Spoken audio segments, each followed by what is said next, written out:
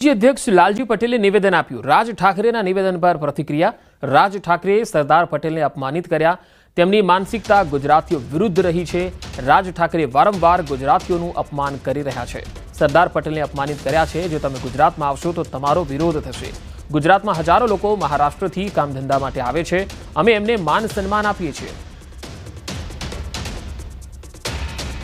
જો રાજ ઠાકરેની માનસિકતા પહેલાથી જ ગુજરાતી વિરોધી રહી છે અને હું તો કહું એમને તો મરાઠીઓ સિવાય બીજા કોઈ સમાજના લોકો એમને ગમતા નથી અધર રાજ્યના। તો મારે રાજ ઠાકરેને કહેવું છે કે તમે વારંવાર આ રીતે ગુજરાતીઓનું અપમાન કરી રહ્યા છો અને સરદાર વલ્લભભાઈ એટલે મહાન પુરુષો જેટલા પણ હોય એમનું જો તમે અપમાન કરશો તો ગુજરાતની અંદર જ્યારે પણ આવશો ત્યારે ચારે બાજુથી તમારો વિરોધ થશે। મહારાષ્ટ્રમાં રાજ ઠાકરે દ્વારા દેશના ઘડવૈયા સરદાર પટેલનું અપમાન કરવાના મામલે હવે અલ્પેશ કથિરિયાએ પણ લડી લેવાના મૂડમાં તૈયારી બતાવી છે। પાટીદાર આગેવાન અલ્પેશ કથિરિયાએ નિવેદન આપ્યું છે કે સરદાર પટેલનું અપમાન સાંકી નહીં લેવાય। રાજ ઠાકરેએ જાહેરમાં માફી માંગવી જોઈએ। માફી નહીં માંગે તો સમાજના આગેવાનો સાથે બેઠક કરી આગામી દિવસોમાં વિરોધ નોંધાવવામાં આવશે। સરદાર પટેલે દેશને એક કર્યા છે, જ્યારે રાજ ઠાકરે ભાષાવાદ કરી રાજનીતિ કરી રહ્યા છે, જે યોગ્ય નથી।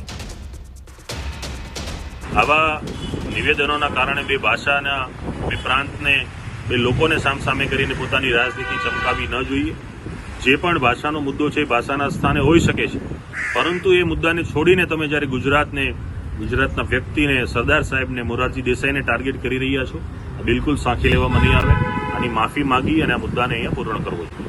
પડિયાના ઢૂંઢિયા પીપળિયા ગામે વૃદ્ધ દંપતીની થયેલી હત્યાને લઈ ગામના લોકોમાં રોષનો માહોલ છે, જેથી ગામના લોકોએ મામલતદાર કચેરી સુધી મૌન રાખ્યું। ગામ લોકોનું કહેવું છે કે ગામમાં અવારનવાર ચોરીના બનાવો બને છે। હત્યાની ઘટના બાદ ગામ લોકોમાં ભય છે, જેથી પોલીસની કામગીરી પર સવાલ લોકો ઉઠાવી રહ્યા છે। જ્યાં સુધી કોઈ નક્કર નિર્ણય ન આવે ત્યાં સુધી મૃતદેહો ન સ્વીકારવા ગામજનોએ નિર્ણય કર્યો છે।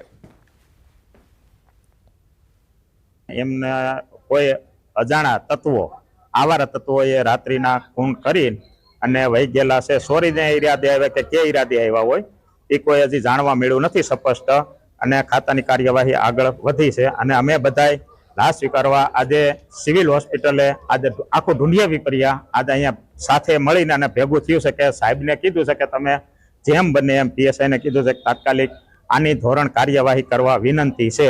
અમે હવે આ ગઢા થયા છે, અમને બીક લાગવા માંડી છે। આવો હિંસકારો બનાવ બન્યો એટલે વૃદ્ધ જે ઘરે હોય અને બાકીના તો બધા જે કામ કરેવા તો વાળીયું મૂઈ ગયા હોય, કોઈ આડાવડા હોય કામકાજમાં। હવે અમે વૃદ્ધ ઘરનું રખેવાળી કરતા હોય તો અમારે એક તો ઢીકે હા હોય ને ટેકો લઈને હાલતા હોય। હવે એમાં અમને આવા તત્વો લૂંટવાને બાને અથવા કોઈ ઈરાદા હોય એના કોઈ ધાડ પાડવાના અને આવા તત્વો મારીને વયા જાય અને આવો ત્રીજો બનાવ છે અમારા ગામની અંદર। બનાવ બાબતે જે પણ જરૂરી પુરાવા છે, જરૂરી પૂછતાછ છે, જરૂરી માહિતી છે, તે માહિતી મેળવવાની કામગીરી પૂરા પરિશ્રમથી કરી રહ્યા છે।